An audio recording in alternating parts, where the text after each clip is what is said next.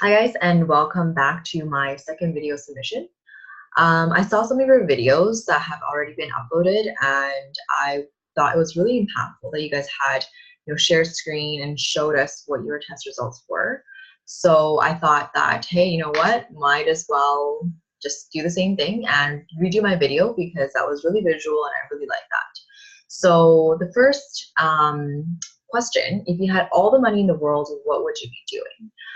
I think that I've always lived in a way where I felt like I've had, all the money in the world, in the sense that I don't really have that as my main worry. But I think I would be doing a lot of the same things that I'm doing now, but more focused on connecting people and doing consultancy work, perhaps in business development. Um, and I think that the other thing that I would shift more drastically is just where we live and just the lifestyle that we have. So one of the things that Jackie and I, which my husband and I always talk about, is living a little bit more remote on a detached home, kind of like a nice farmland type of location, and we'll have like 5 dogs and 3 cats. So that's one of the things that we would like to have. We would like to be in tune more with nature. Not to say that I'm like I love farming or anything like that. I'm definitely not that type of person. Um, these nails can't handle that. No. But I think that that's definitely something that we want to kind of take advantage of, especially here where we live. There's a lot of beautiful nature, and we want to kind of live a little bit further away and be able to just meditate outside when we want to, and we would love to just be able to read more, volunteer our hours for causes that we really believe in. So he really enjoys doing volunteering for marginalized individuals. For myself, I really am passionate about financial literacy as well as business development, personal development. I think those are aspects that I'm really, really passionate about. And one of the things that I've always been very fascinated by is philosophy salons.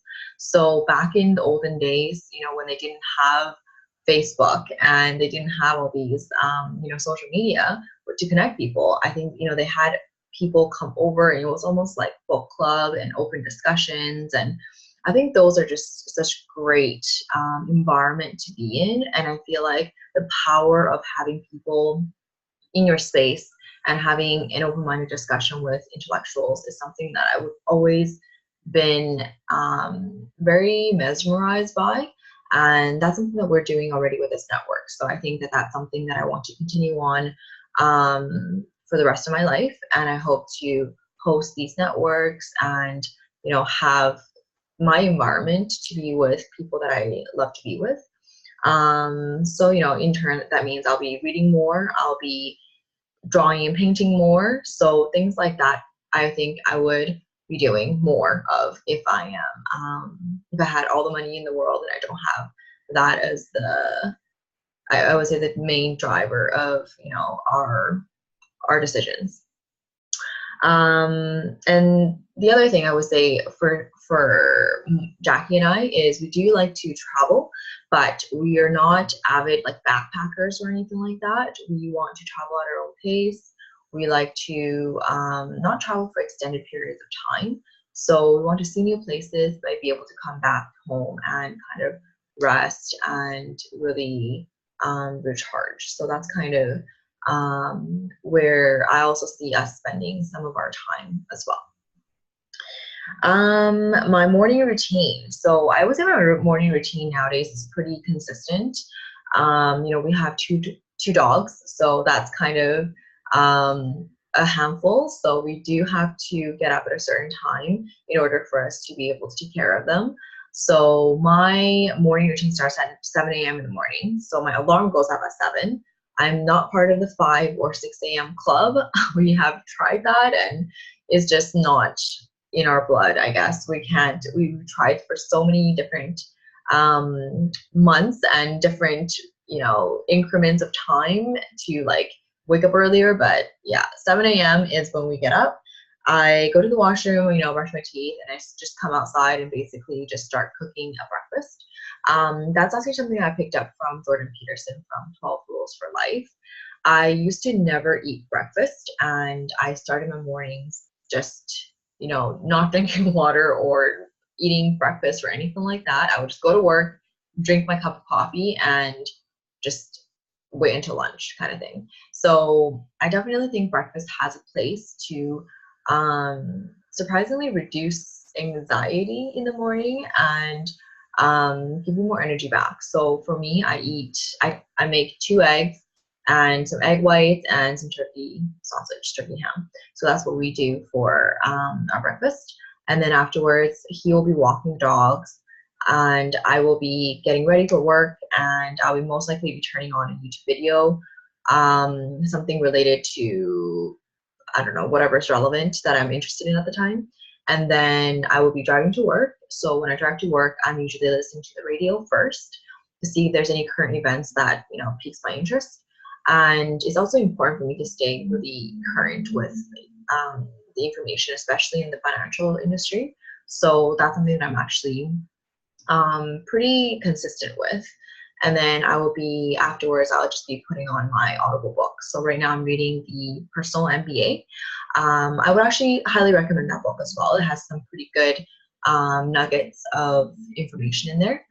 I would say that for myself, the drive is actually it's quite long. It's like 30, 40, sometimes even longer to get to work. So I do enjoy listening to a good book, and sometimes I'm like a little bit lost in thought. So that's kind of my morning routine.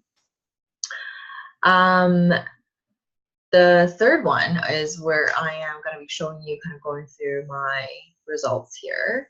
The first one I'm going to go through is the Myers-Briggs 16 personalities. I've always had a lot of fun doing these, so I thought that it would be really great if all of us, can do this and find out more about ourselves, but also for us to get to know each other on a deeper level. So before, I didn't used to always get commander. So previous to my corporate position, I used to always get this executive answer. So I used to be ESTJ A. So the same thing as what I have in terms of, now, but the only difference is N, which is like the feeling component of it. Sorry, the energy component of it. So the energy before, I used to be more observant versus now I'm more intuitive. So I think that's the biggest change, and I do agree with that. So now I'm definitely more open-minded and less focused on the structure, just like climbing the corporate ladder.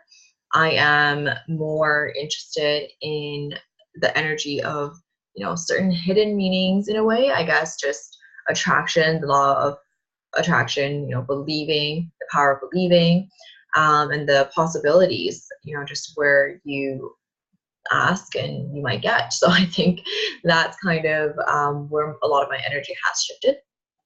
So for me, I would definitely say I've always been consistently the assertive type. So assertive meaning that I am, let's see here,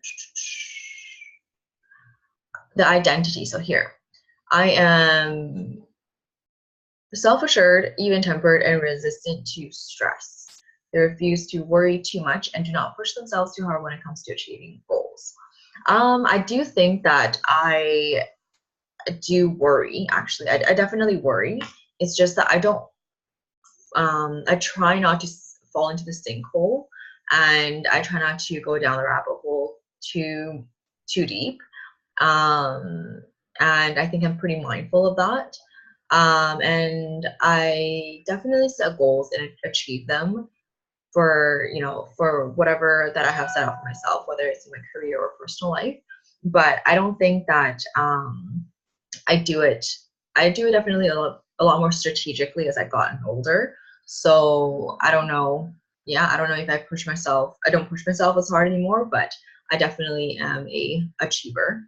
So if you go down here, I think it's actually pretty funny that it goes and tells you, the commanders that you may know. So Steve Jobs, Gordon Ramsay, Margaret Thatcher, Harrison Ford, Whoopi Goldberg, Yeah, I think, these people are great visionaries, and I've always been very fascinated with Steve Jobs and, his philosophies, but definitely something I'm mindful of is actually his personal life and just my personal life as well. I think that sometimes I can get carried away with, the things that I'm doing, and I have to be really mindful of being in tune with people that I'm with, especially, my husband, my main partner, my family. I think I place a huge importance on them, but I don't always show it in the way that is, in words, let's say. I think that's the main thing. And you'll see my 5 love languages, why that is.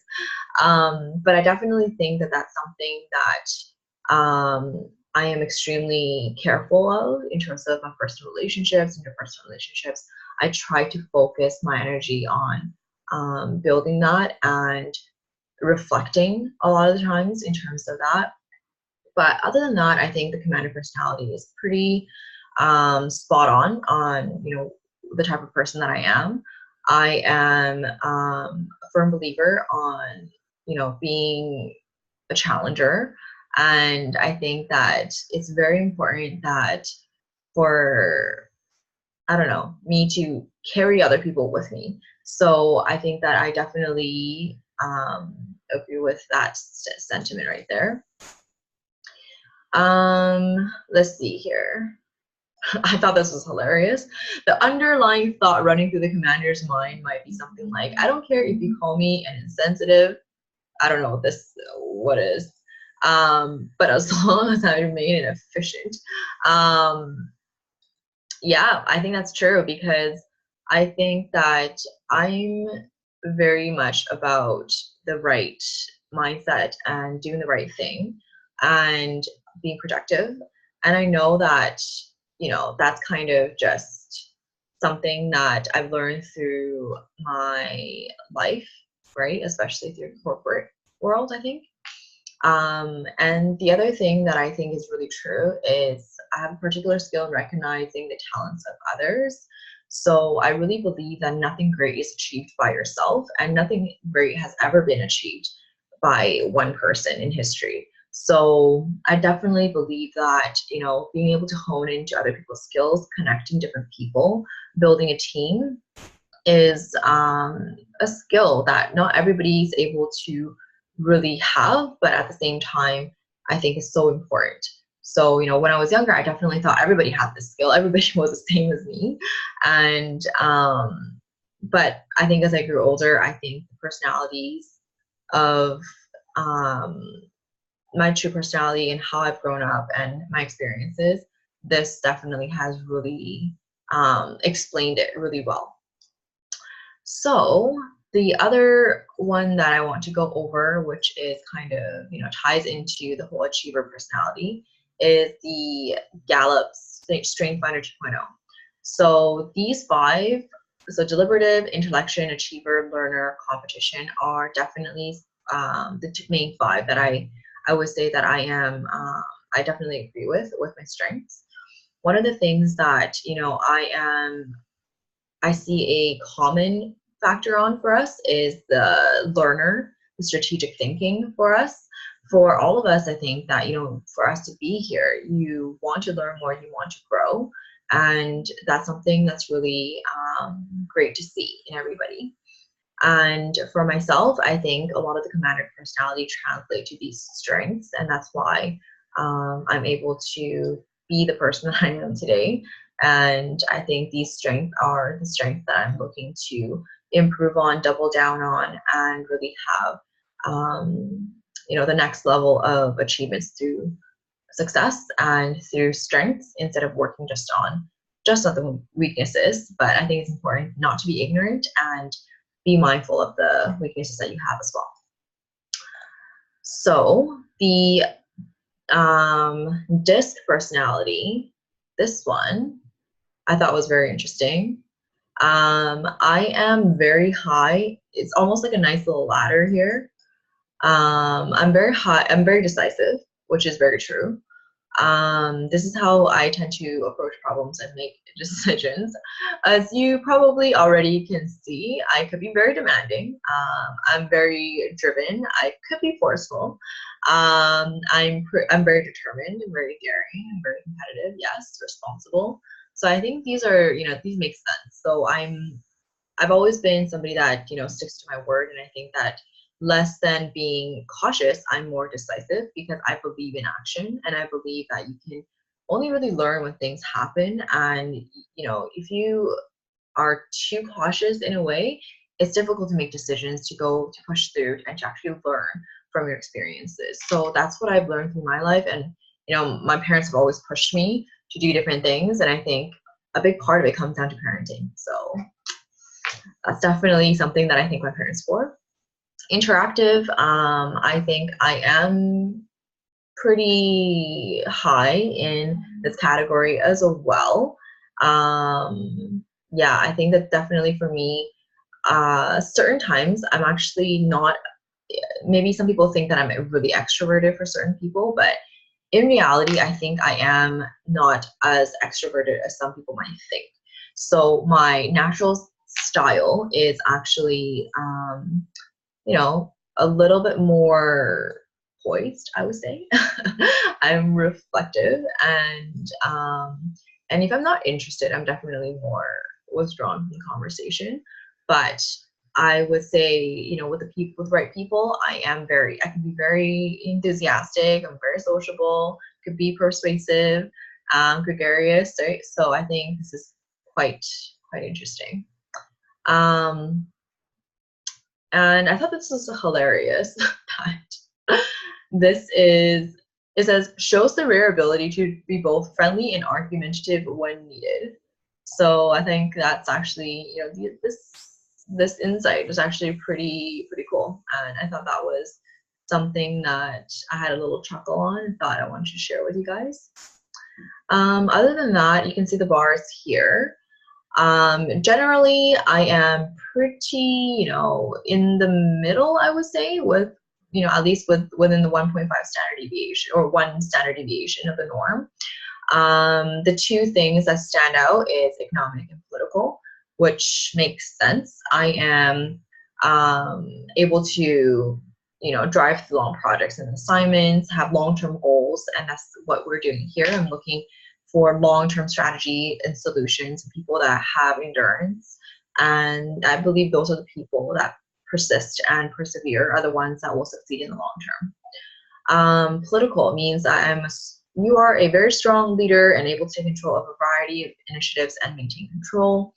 I think that's true for myself personally, to maintain control of myself and have discipline. But the other part of it is actually, I do think that, within any certain group, some kind of leader will emerge, and it's just natural, right? At the end of the day, I think that it's just how we are, human nature, as well as nature itself. You'll see that in a lot of animal kingdoms, there's going to be a natural alpha, and I don't know. I think most of the time, more often than not, I take on that persona. And yeah, that is my disc. And the last one that we have is the 5 love languages. So the highest score is 12, and the highest of mine is acts of service. So that's 12. So that's really important to me. And I think that's absolutely true. So versus, people saying things or giving me things, or even, physical touch, which, yeah, I'm not a big hugger or anything like that. I think CIB was a rare exception. But definitely I focus a lot of my energy on acting on things and making decisions and actually doing them instead of just saying them. And I think spending quality time with people that I really care about and dedicating my time and attention to these people is extremely important to me. So people that can't dedicate time, that say I don't have time, are people that I will discount eventually, and I will no longer be giving any words of affirmation or any type of attention on. And I think that's just the way that I am, and I definitely believe that if actions speak louder than words. So that's definitely something I believe in.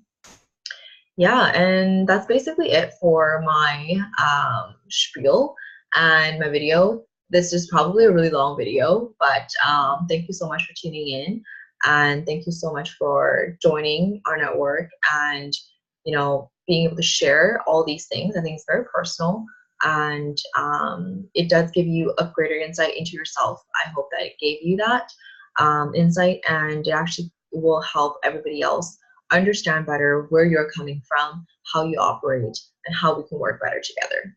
So thank you so much, and we will see each other on Sunday.